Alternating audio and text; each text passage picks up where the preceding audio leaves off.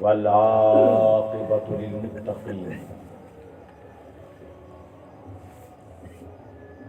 والصلاة والسلام على أشرف الأنبياء والمرسلين وعلى آله وأصحابه الطيبين الطاهرين. أما بعد فقد قال الله تبارك وتعالى في القرآن العظيم والفرقان الحكيم: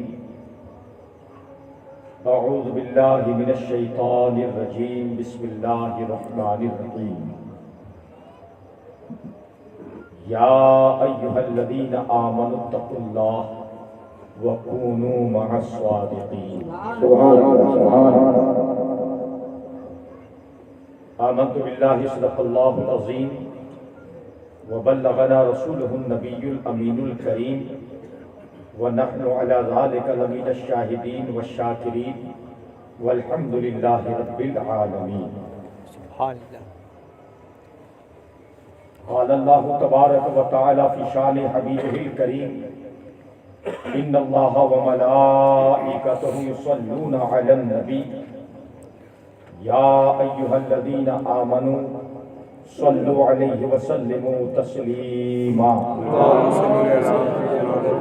اللهم صل على سيدنا ومولانا محمد وعلى آل سيدنا ومولانا محمد بارك وسلم صلاة وسلام عليك يا رسول الله صلى الله تعالى عليه وسلم.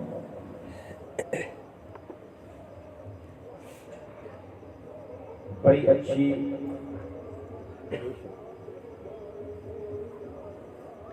معلوماتی پرمغز خطابت بیان ہم اور آپ سماعت کر رہے تھے. اللہ تبارک و تعالی عزیز گرامی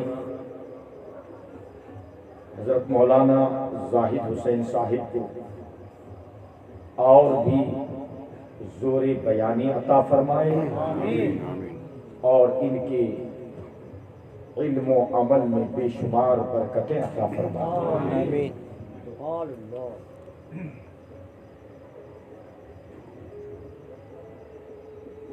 الحمدللہ سرکار غوث اعظم دستگیر کا فیضان و کرم کہ اللہ رب العزت نے ابھی تک ہمیں اور آپ کو باسلامت زندہ رکھا کہ ہم اور آپ پھر گزشتہ دنوں کی طرح آج بھی پرفیض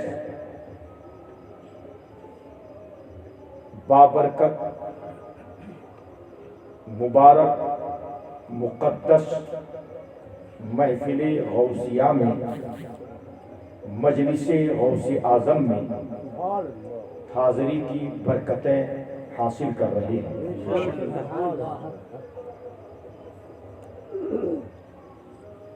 سرکار اعلیٰ حضرت فرماتے ہیں: انہیں جانا انہیں مانا نہ رکھا غیر سے کام. انہیں جانا انہیں مانا نہ رکھا غیر سے کام. للہ الحمد میں دنیا سے مسلمان ہوں. اللہ کا شکر ہے کہ ابھی تک ہم اور آپ زندہ ہیں اور سرکار سرکاروں کے سرکار حضور غوث اعظم دستگیر رضی اللہ تعالیٰ عنہ کی مجلس شریف میں بیٹھنے کی سعادت حاصل کر رہے ہیں. اللہ تبارک و تعالی اپنے اس محبوب اور مقبول بندے کے صدقے میں ان کی محفل شریف میں ہماری آپ کی حاضری کو قبول فرمائے. اور یہی تھوڑی دیر کی حاضری یہی تھوڑی دیر کی غلامی ہمارے آپ کے لیے اور ہمارے آپ کے ماں باپ، بھائی بہن، دوست، احباب اور جتنے بھی مومنین، مومنات، مسلمین، مسلمات دنیا سے رخصت ہو کر اپنی اپنی قبروں میں پہنچ چکے ہیں، سب کے لیے اللہ تبارک و تعالی اسی تھوڑی دیر کی حاضری کو نجات، رحمت و مغفرت کا ذریعہ عطا فرمائے۔ غوث اعظم بمنی بی سر و ساما مددی، غوث اعظم بمنی بی سر و ساما مددی، قبلہ دین مددی، کعبہ ایمان مددی، ماں گدائی تو سلطان دو جہاں شودئی، ماں گدائی تو سلطان دو جہاں شودئی، شاہ شاہاں مددی، شاہ گدایاں مددی۔ پیروں کے آپ پیر ہیں یا غوث المدد۔ ذرا سارا مجمع مل کر بآواز بلند کہتے ہیں یا غوث اعظم دستگیر۔ سبحان اللہ۔ پیروں کے آپ پیر ہیں یا غوث المدد، عالم کے دستگیر ہیں یا غوث المدد۔ جو اولیاء دین ہیں شاہوں کے بادشاہ، جو اولیاء دین ہیں شاہوں کے بادشاہ، وہ آپ کے وزیر ہیں یا غوث المدد۔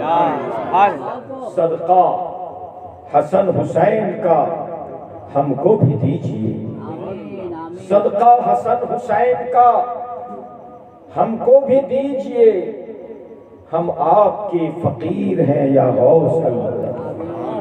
پیروں کے آپ پیر ہیں یا غوث المدد، عالم کی دستگیر ہیں یا غوث المدد۔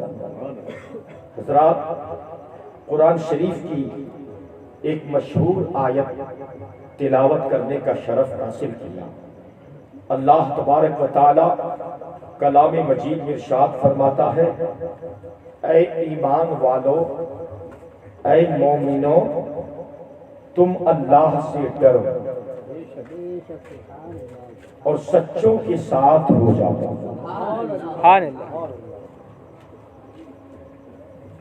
اگر بندے مومن، بندے مسلمان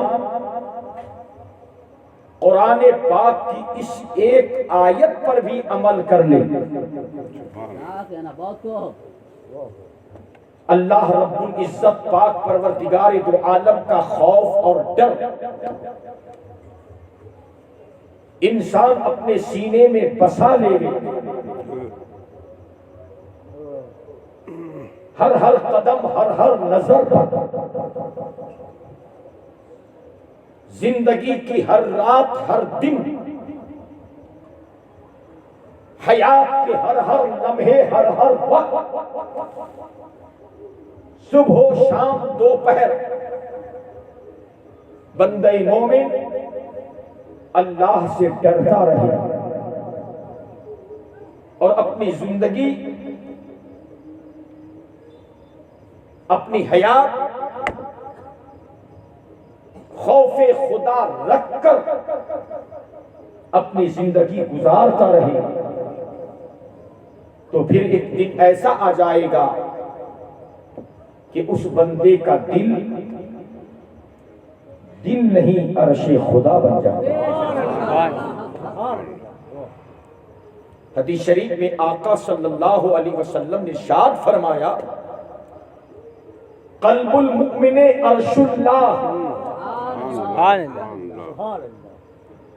رحمت للعالمین فرماتے ہیں قلب المؤمن عرش اللہ، مومن کا دل اللہ کا عرش اعظم ہے۔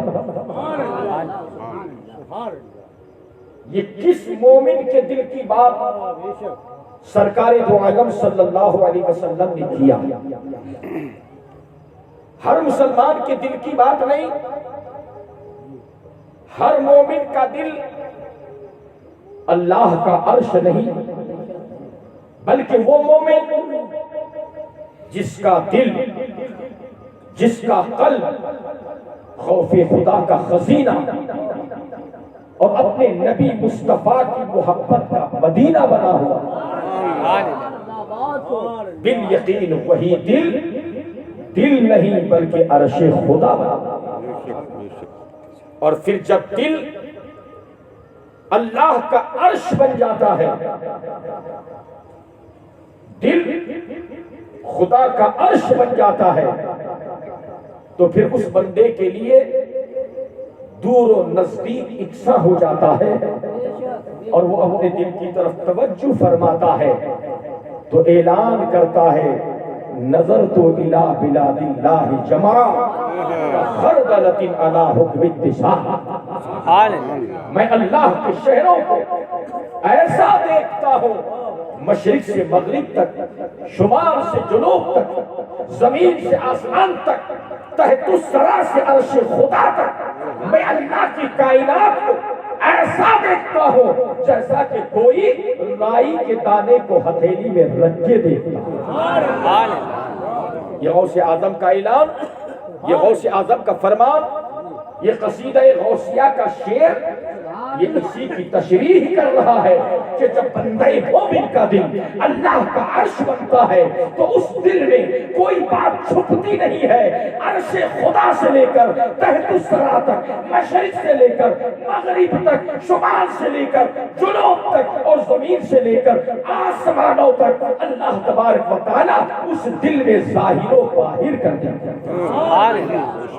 وہ اپنے دل کی طرف توجہ فرما لیتے ہیں تو آپ کی تقدیر کو دیکھ لیتے ہیں، لوح محفوظ کا نظارہ کر لیتے ہیں، زمین سے آسمان تک اللہ کی ساری کائنات کا نظارہ کر لیتے ہیں۔ قلب المؤمن عرش اللہ، مومن کا دل اللہ کا عرش۔ یہ اسی دل کے بارے میں رسول پاک نے فرمایا جس دل میں اللہ کا خوف ہو اور مصطفیٰ جان رحمت صلی اللہ علیہ وسلم کی کامل محبت۔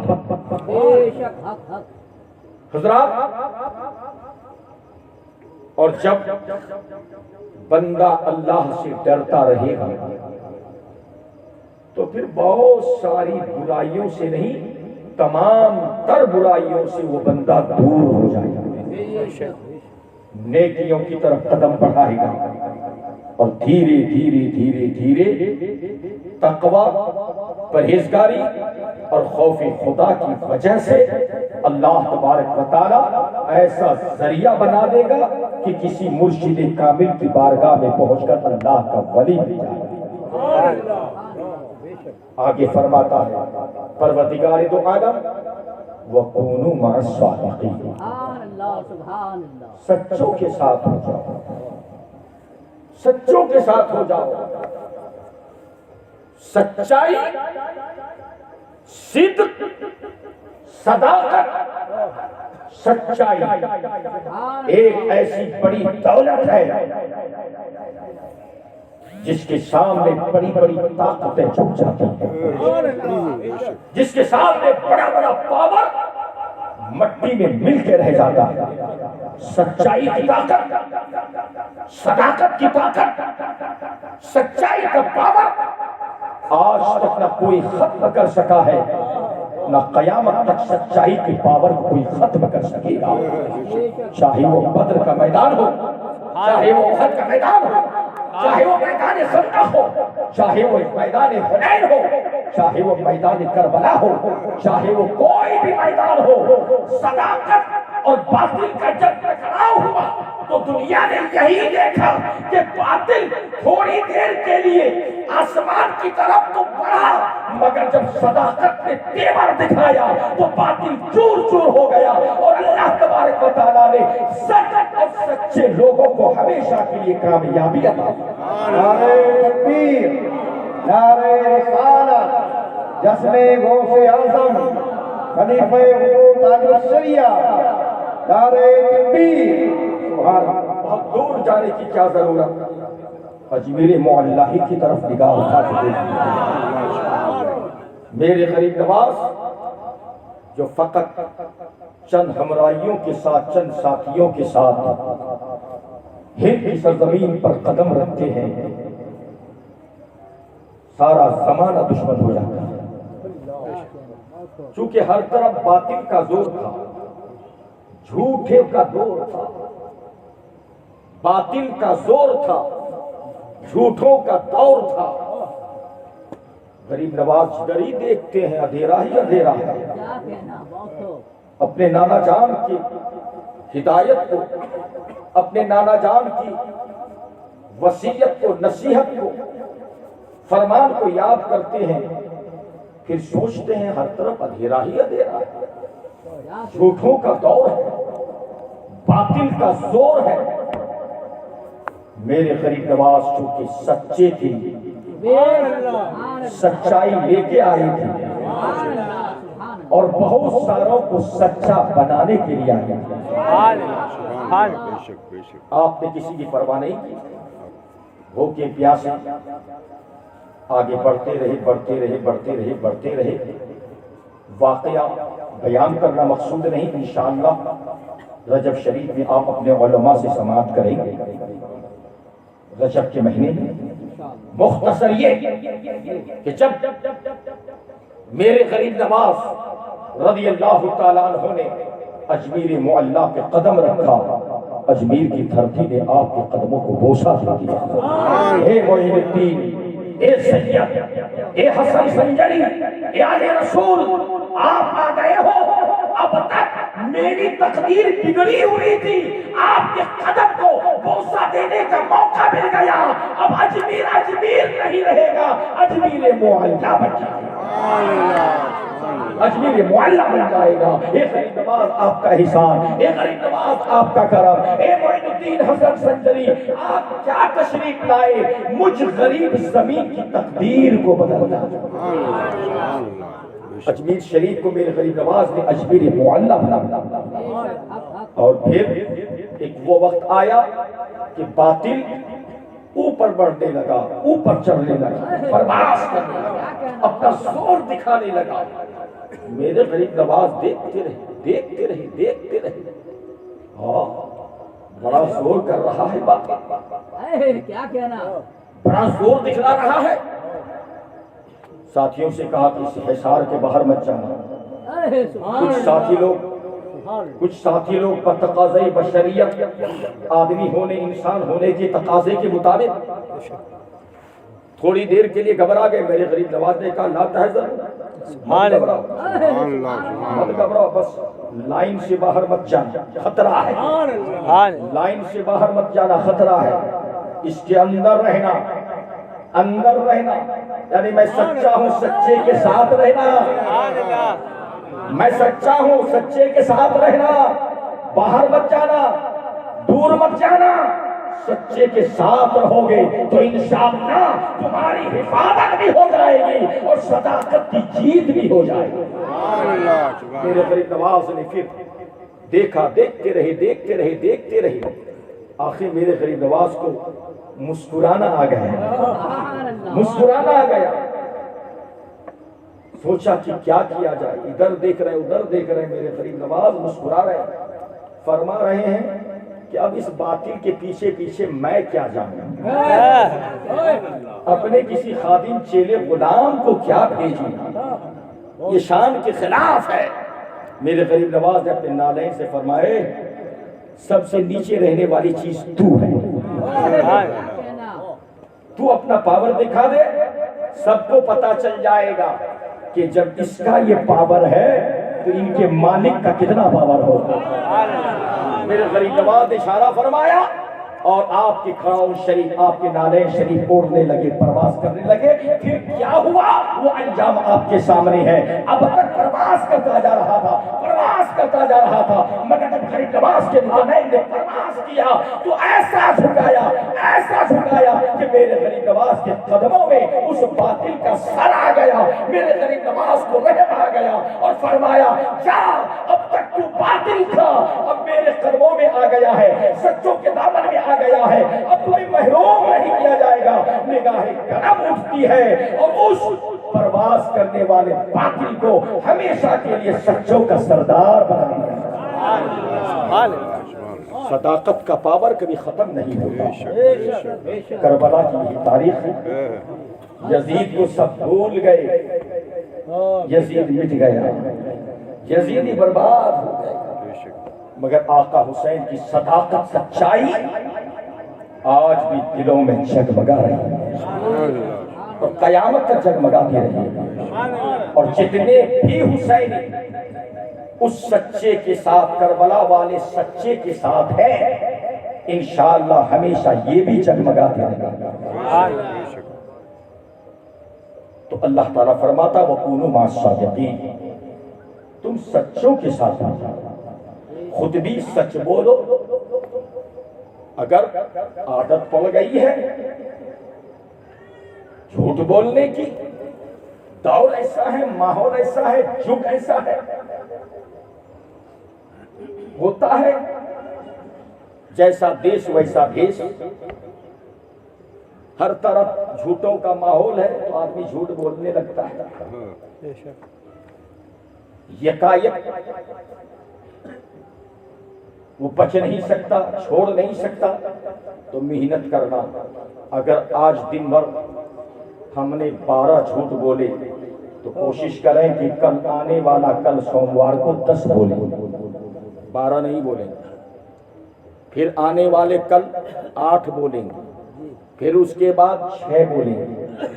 دھیرے دھیرے دھیرے دھیرے دھیرے دھیرے جھوٹ کی نیا ڈوب جائے گی اور سچائی انشاءاللہ کنارے تک آ جائے گی۔ دھیرے دھیرے دھیرے دھیرے کام کریں انشاءاللہ تبارک و تعالی، اللہ کی مدد ملتی رہے گی۔ ایک دن سچوں کے ساتھ تو ہیں ہی، غریب نواز کے ساتھ ہیں، نظام الدین اولیاء کے ساتھ ہیں، حضور مفتی اعظم ہند کے ساتھ ہیں، حضور تاج الشریعہ کے ساتھ ہیں، سرکار آقا حضرت کے ساتھ ہیں، حضرت مخدوم ملت کے ساتھ ہے، غوث اعظم کے ساتھ ہے، حسین اعظم کے ساتھ ہے، مولا علی مشکل کشا کے ساتھ ہے، اہل بیت پنجتبہ صحابہ کرام چار یار کے ساتھ ہے، اور یہی تک نہیں، کائنات کے آقا رحمت للعالمین کے ساتھ۔ سچوں کے ساتھ تو ہیں، اب کوشش یہ کرنا ہے کہ سچوں کے ساتھ رہ کر اپنے کو بھی سچا بنا دیں۔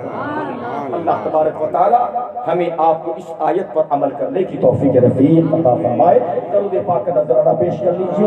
اللہم صلی علی سیدنا و مولانا محمد بارک وسلم، صلاۃ و سلام علیک یا رسول اللہ صلی اللہ تعالی علیہ وسلم۔ حضرات، جس غوث اعظم دستگیر کی شان آج سے مسلسل کئی دنوں سے آپ بیانات سماعت کر رہے ہیں، اور میں دعا کرتا ہوں کہ اللہ تبارک و تعالی ہمارے اس تمام سنی بھائیوں کو سننے کی اور سن کر کچھ یاد رکھنے کی، محفوظ رکھنے کی، اللہ تبارک و تعالی مائنڈ میں، دماغ میں کچھ رکھنے کی اللہ تبارک و تعالی توفیق عطا فرمائے۔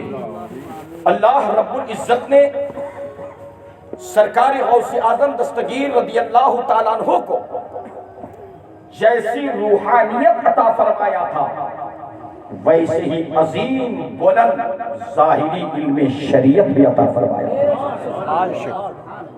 میں اس سے پہلے بتا چکا ہوں کہ حضور سیدنا غوث اعظم دستگیر فقط غوث اعظم ہی نہیں ہے، غوث اعظم بننے سے پہلے، غوثیت کبریٰ کا تاج حاصل کرنے سے پہلے، غوثیت کبریٰ کا تاج صحرا سر پر سجانے سے پہلے آپ پورے عراق ایران کے مفتی اعظم رہ چکے ہیں۔ آپ کا فتویٰ آخری فتویٰ ہوتا تھا، اور کسی مسئلے میں جب عراق و ایران عرب و عجم کے مفتیان کرام تھک جاتے تھے، تھک کر سر پکڑ لیتے تھے، بیٹھ جاتے تھے، قلم رک جاتا تھا، دماغ کام کرنا بند کر دیتا تھا، ایسے مسئلوں میں سرکار غوث اعظم دستگیر کی طرف رجوع کیا جاتا تھا. جب سرکار کی بارگاہ میں استفتاء آتا تو حضور غوث اعظم دستگیر یہ بھی نہیں کرتے کہ لاؤ میں دیکھوں، نہیں کہتے تم پڑھ کے سنا دو. کیا سوال ہے؟ پڑھ کے سنا دو. کون سا فتویٰ لینے کے لیے آئے ہو؟ تم ہی پڑھ کے سنا دو. ادھر پڑھنے والا سوال سناتا تھا اور ادھر غوث اعظم دستگیر اسی وقت شافی کافی اور اطمینان بخش جواب عطا فرماتا. دلوں کو اطمینان کر دیتے، مطمئن کر دیتے. ایک سائل نے سوال کیا، حضور میں نے ایک قسم کھا لی ہے، حلف اٹھا لیا ہے، لیکن قسم پورا کرنے کا راستہ نہیں مل رہا ہے. سرکار غوث اعظم دستگیر نے مفتیان کرام کی خدمت میں استفتاء کیا، سوال بھیجا. قسم کیا تھی؟ اس شخص نے قسم کھائی تھی کہ اگر میرا یہ کام ہو جائے گا، جیسے آج مانتے ہیں، تو اس نے یہ قسم کھائی تھی کہ اگر میرا فلاں کام پورا ہو جائے گا، میرا مقصد پورا ہو جائے گا، تو اللہ کی قسم ایسی عبادت کروں گا کہ اس وقت جس وقت وہ عبادت میں کروں، میرے علاوہ پوری زمین پر وہ عبادت کوئی اور نہ کرتا. ایسی بندگی کروں گا، ایسی عبادت کروں گا. آج ہم اور آپ بھی مانتے ہیں، بولو مانتے ہیں کہ نہیں؟ اور ماننا بھی چاہیے، لیکن زیادہ سے زیادہ کیا مانتا کرتے ہیں؟ فلاں ولی کی بارگاہ میں جا کر کے نیاز کروں گا. اور زیادہ تھوڑا امیر ہے تو کیا مان لیتے ہیں؟ فلاں درگاہ کو میں بنا دوں گا، فلاں درگاہ میں یہ چیز پیش کر دوں گا، وغیرہ وغیرہ. میرے خیال سے آج تک دو چار کو چھوڑ کے خاص لوگوں کو، سب کی بات نہیں کرتا، علماء کی بات نہیں کرتا، خاص لوگوں کی بات نہیں کرتا، ورنہ کبھی آج تک کسی نے یہ نہیں مانا پروردگار اگر میرا یہ کام ہو جائے گا تو میں ایک ہفتے تک روزہ رکھوں گا. بولو کسی نے یہ مانا ہے آج تک؟ نہیں. پروردگار اگر میرا یہ کام ہو جائے گا تو میں انشاءاللہ 10 رکعت نفل نماز جا کے پڑھوں گا. یہ مانتا آج تک کسی نے نہیں مانا. میرے عزیزوں، میرے دوستوں، ہمیں چاہیے کہ جہاں نظر و نیاز فاتحہ میلاد شریف کی نظر و نیاز کی مانتا مانے، وہی پر ایسے بھی مانتا ہم سب کو ماننا چاہیے. ہمارے نبی کریم صلی اللہ علیہ وسلم کی سنت ہے، صحابہ کرام کی سنت ہے، اور بالخصوص سادات کرام کے جد اعلیٰ حضور سیدنا امیر المؤمنین حضرت مولا علی شیر خدا کی سنت ہے، اہل بیت کی سنت ہے. امام علی مقام بیمار ہوئے، علیل ہوئے، تو اہل بیت نے مانتا مانا. کیا مانتا مانا؟ بولو. شفا مل جائے گی تو 3 روزے رکھیں. بولو کیا مانتا مانا؟ بولو. کس نے مانا تھا؟ حضرت مولا علی شیر خدا نے مانا. خاتون جنت سیدہ طیبہ طاہرہ ظاہرہ حضرت فاطمہ الزہرا نے مانا. آپ کے گھر کی لونڈی نے مانا. 3 روزے کی مانتا مان لی، اور اللہ تبارک و تعالیٰ نے آقا حسین کو شفائے کلیہ عطا فرمایا. پھر ان بزرگوں نے، ان ہستیوں نے اپنا مانتا، اپنی منت پوری کی، اور سب نے 3 دن تک روزہ رکھا.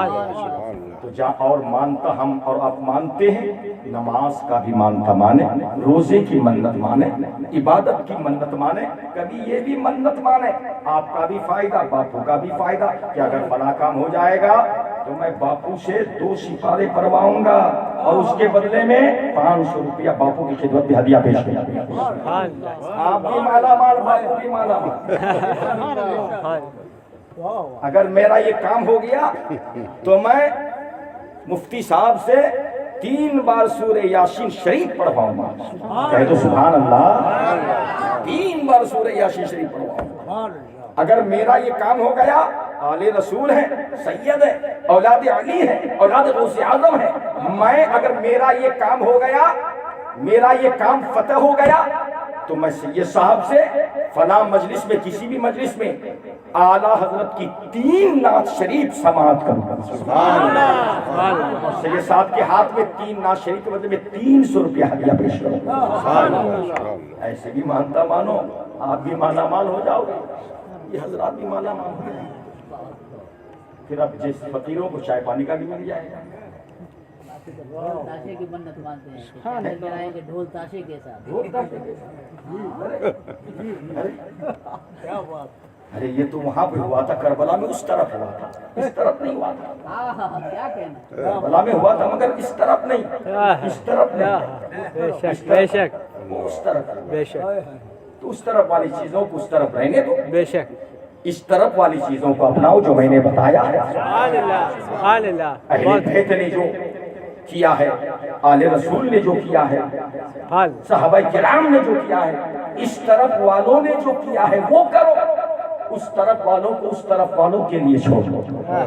بہت انشاءاللہ اللہ تبارک و تعالی یقیناً دنیا اور آخرت کی بھلائیوں سے مالا مال فرمائے. ڈھول اور تاشے نہیں میرے عزیزوں، میرے دوستوں، یہ ہم لوگوں کا طریقہ نہیں ہے، یہ ان لوگوں کا طریقہ تھا، یہ ان لوگوں کا طریقہ تھا. اب بدر کی اتہاس اٹھا کے دیکھو، احد کی اتہاس اٹھا کے دیکھو، تو ڈھول باجے بجے ہیں، ہر جنگ میں بجے، ہر جنگ میں ڈھول باجے بجے ہیں، لیکن اس طرف والے نہیں بجائے. اس طرف کہہ دو سبحان اللہ. میں آپ کو شامل اس لیے کرتا ہوں کہ اس طرف والے ہی مومن ہیں، مومن ہیں.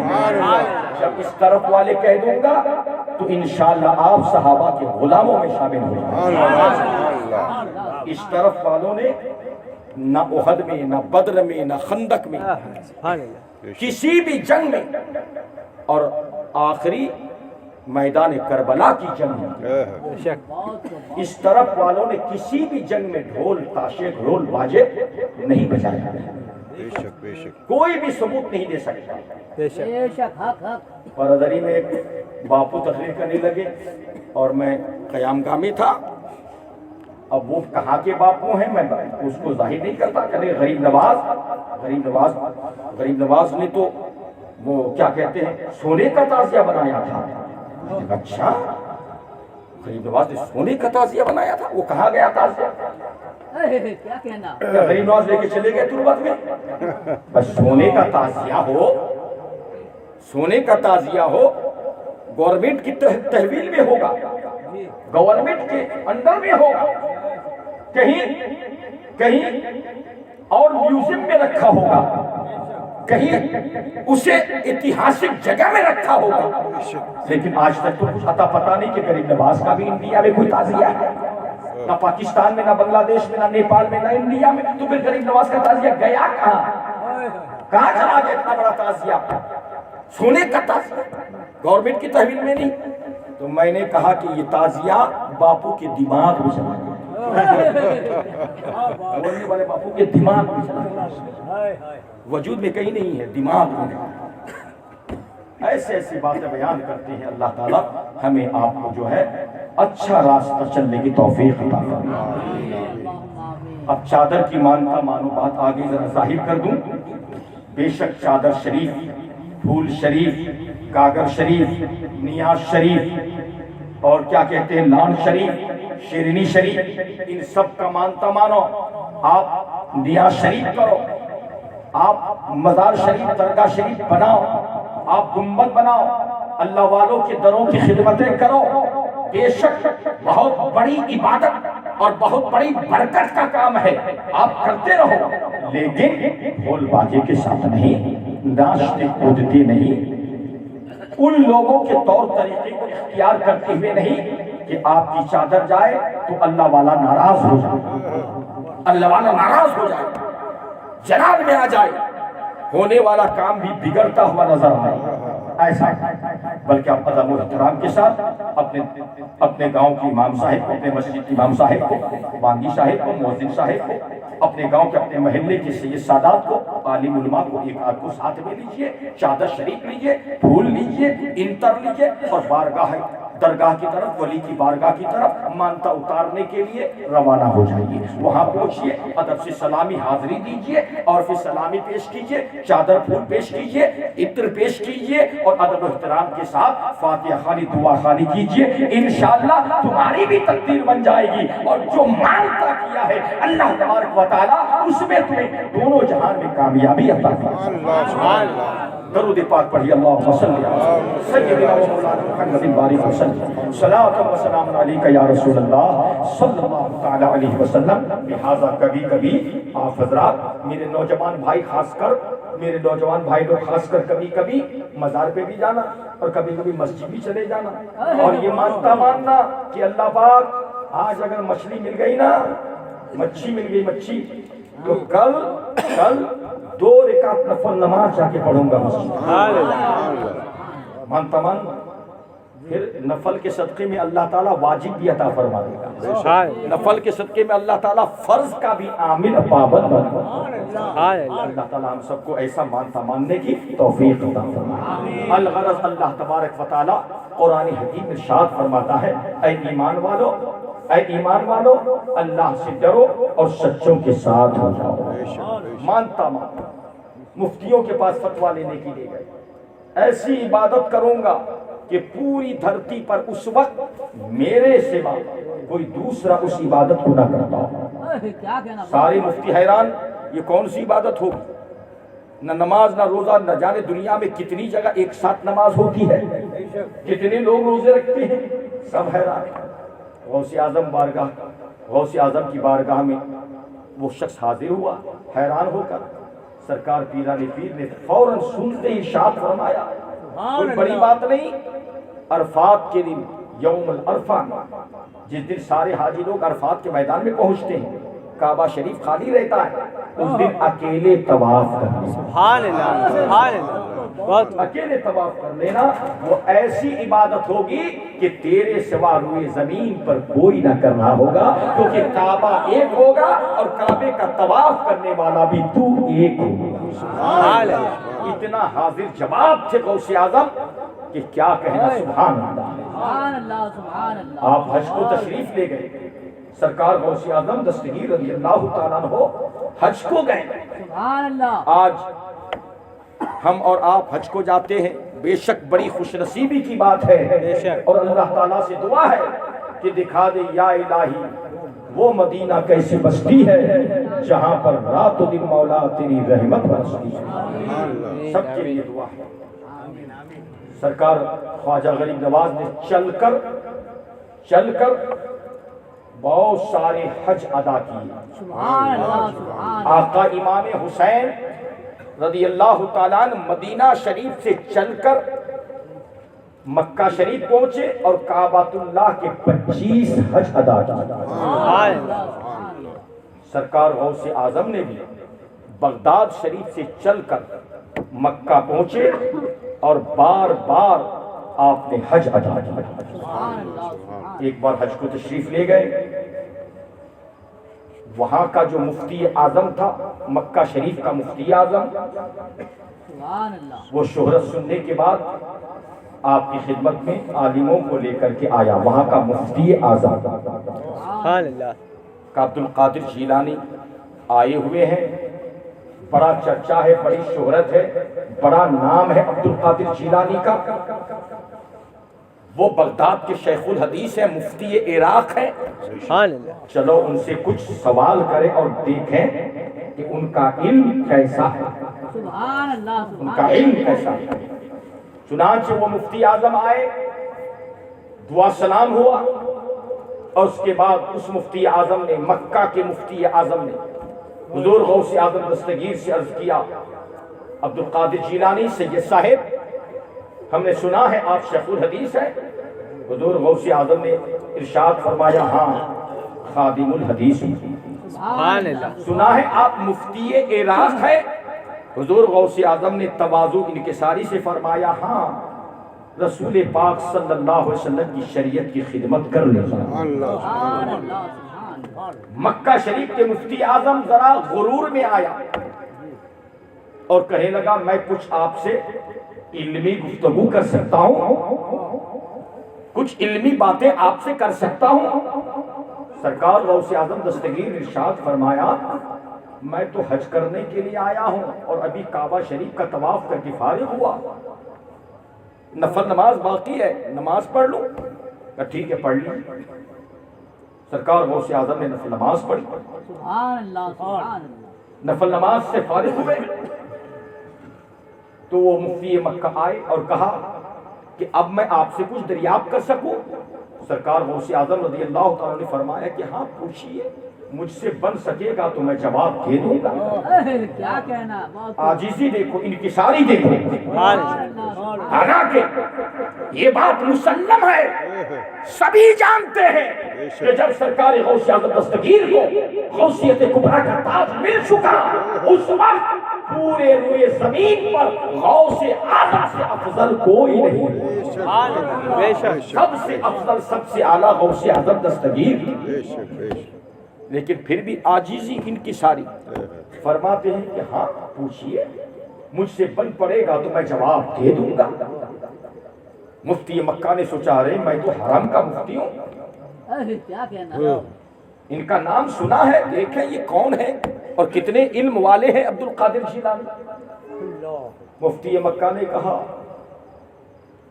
کہ میں سوال کروں؟ ہاں سوال کیجیے۔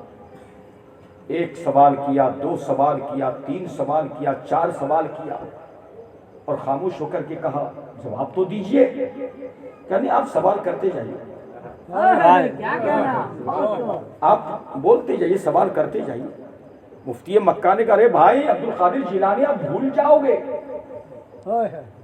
ابھی تک تو چار سوالات کیے، چار کے جواب تو دے دو، آگے پھر دیکھا جائے گا، نہیں تو آپ بھول جاؤ گے۔ سرکار غوث اعظم دستگیر نے فرمایا الحمدللہ آقا صلی اللہ تعالی علیہ وسلم کی 3 لاکھ حدیثیں میرے ذہن میں موجود ہیں، 3 لاکھ احادیث سند کے ساتھ موجود ہیں۔ سبحان اللہ سبحان اللہ۔ آپ چنتا مت کرو، آپ سوال کرو۔ مفتی مکہ نے 18 سوالات سلسلہ وار کرتا ہے۔ سرکار غوث اعظم خاموش ہیں۔ جب مفتی مکہ خاموش ہوئے، چپ ہو گئے، تو سرکار غوث اعظم نے ارشاد فرمایا آپ کے سوالات پورے ہو گئے، آپ کی بات پوری ہو گئی؟ کہاں بس ابھی 18 سوال کے جواب تو دے دیجئے۔ سرکار غوث اعظم دستگیر رضی اللہ تعالیٰ عنہ کو جلال چڑھا، چہرہ سرخ ہوا، سبحان اللہ۔ پیشانی پر آپ کے پسینے آئے۔ آپ نے فرمایا آپ نے سب سے پہلا سوال یہ کیا تھا، اس کا جواب فلاں فلاں فلاں فلاں حدیث کی کتاب میں یہ ہے، فلاں تفسیر میں یہ ہے، اور تفسیر قادری میں یہ جواب ہے۔ جواب بھی بتایا اور ساتھ ہی ساتھ اپنے سینے سے لگایا اور لگانے کے بعد ذرا گھمایا، ایسا وہ رقص کرنے لگا جسے بسمل کی طرح رقص کر رہا، بسمل کی طرح رقص کر رہا، رقص کرتا رہا۔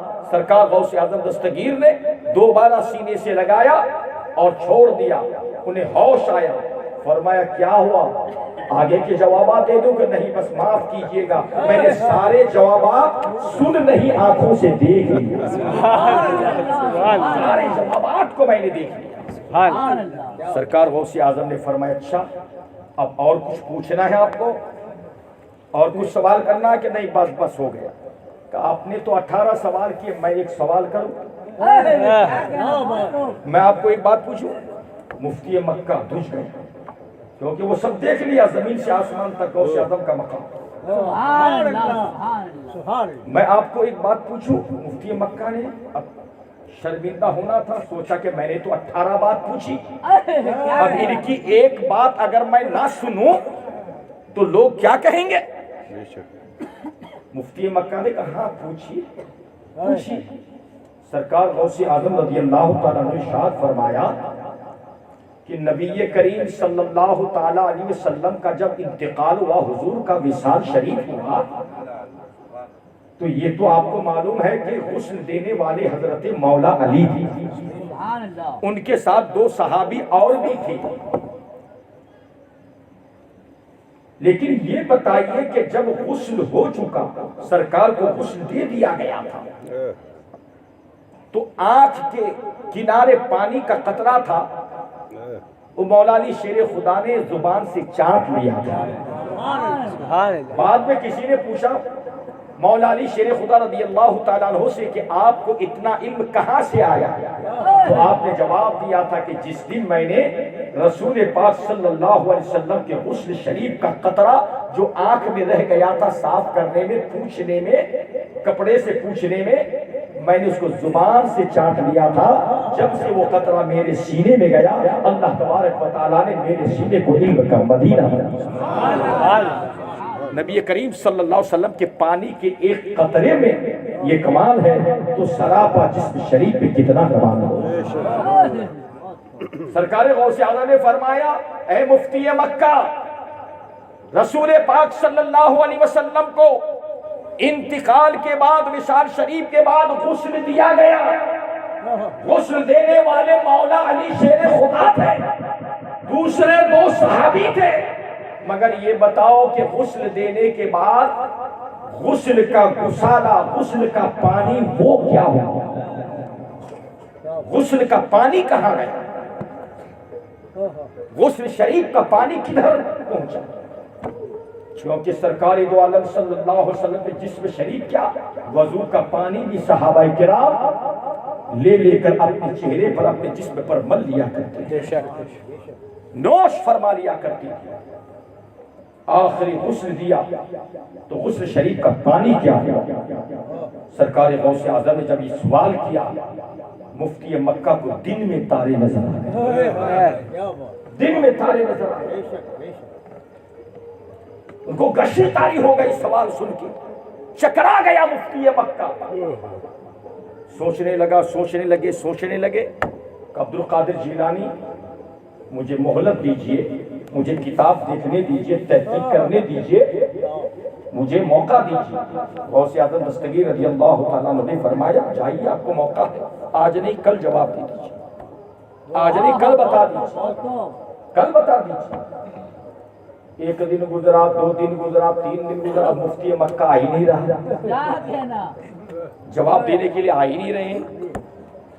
آخر جب 3 دن گزرے، وہ مفتی مکہ شرمندہ ہوا اور ایک رات عشاء کی نماز کے بعد قضائے حاجت کی نفل نماز پڑھی، رسول پاک صلی اللہ علیہ وسلم کی بارگاہ میں ہدیہ پیش کیا اور خوب رو رو کر کے حضور کے واسطے سے، وسیلے سے اللہ کے دربار میں دعا مانگا، پروردگار میں شرمندہ ہو رہا ہوں، مجھے رسوائی سے بچا لے، مجھے ذلت سے بچا لے.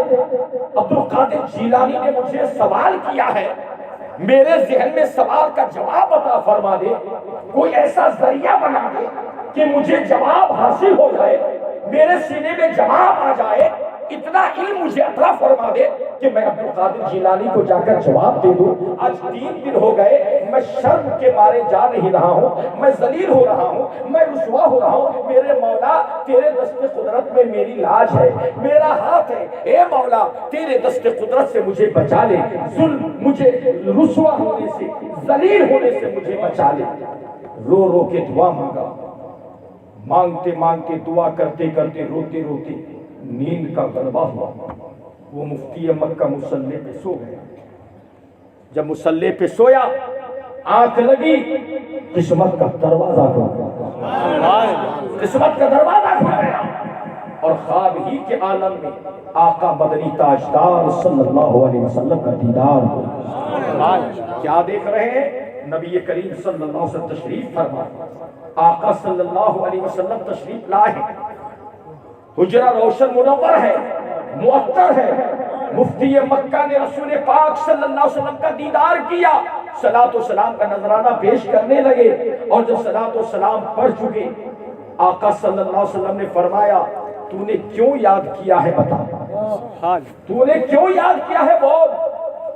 مفتی مکہ عرض کرتے ہیں، یا رسول اللہ علیہ الصلوۃ والسلام، آپ کے اولاد عبد القادر جیلانی نے مجھ سے ایک سوال کیا ہے، میرے آقا صلی اللہ علیہ وسلم مجھ سے جواب نہیں بتا رہا ہے، میں حیران ہوں، آج 3 دن سے پریشان ہوں یا رسول اللہ علیہ السلام، میں ڈر کے مارے، شرم کے مارے میں عبد القادر جیلانی کے پاس نہیں گیا ہوں، حضور مجھے بچا لیجئے، مجھے ذلت ہونے سے بچا لیجئے، رسوائی سے بچا لیجئے، سرکار میری عزت بچا لیجئے۔